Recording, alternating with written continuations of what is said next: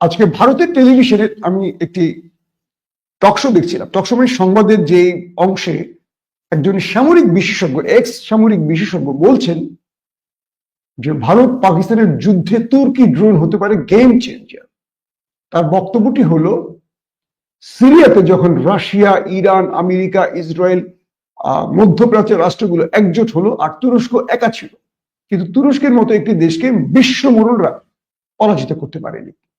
সেটা তেল রিফাত বলি, সেটা কি বলে আরো যে অঞ্চলগুলো ছিল, রাকা ছিল, তারপর মানে কি বলে এই মুহূর্তে জায়গাগুলো মনে পড়ছে না, অনেকগুলো সিরিয়ান অঞ্চলে ইদলিব সহ তুর্কি সেনারা সেখানে অবস্থান করছিলেন এবং তাদের সাথে প্রতিনিয়ত লড়াই হচ্ছিল।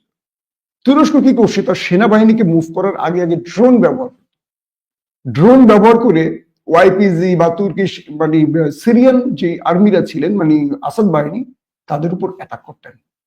যখন তারা পালিয়ে যেত তখন ফ্রি সিরিয়ান আর্মিরা অর্থাৎ তুর্কি সমর্থিত আর্মিরা অগ্রসর হতো। ঠিক একই কাজ আজারবাইজান আর্মেনিয়াতে করেছে।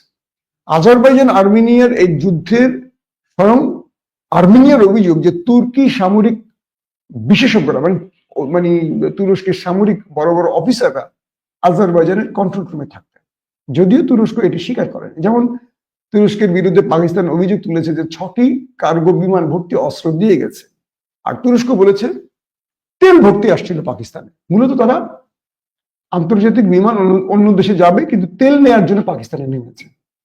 এটা বোঝা যাচ্ছে যে এগুলো আসলে রাজনৈতিক কথা, বা এক দেশ আরেক দেশকে এইভাবেই কথা বলে। ভারতও জানে, তুরস্ক জানে, পাকিস্তানও জানে সত্য কি, কিন্তু বলতে হয়। বলছে আমরা তেল নিতে আসছি, 6টি বিমান একসঙ্গে একটার পর একটা আসছে তেল নিতে। তুরস্ক তো পাকিস্তান থেকে আগে কখনো তেল নেয়নি, এখন তেল নেবে কেন? তার মানে অস্ত্র দিয়ে গেছে, এই বিষয়টি ঠিক আছে। এখন বিষয়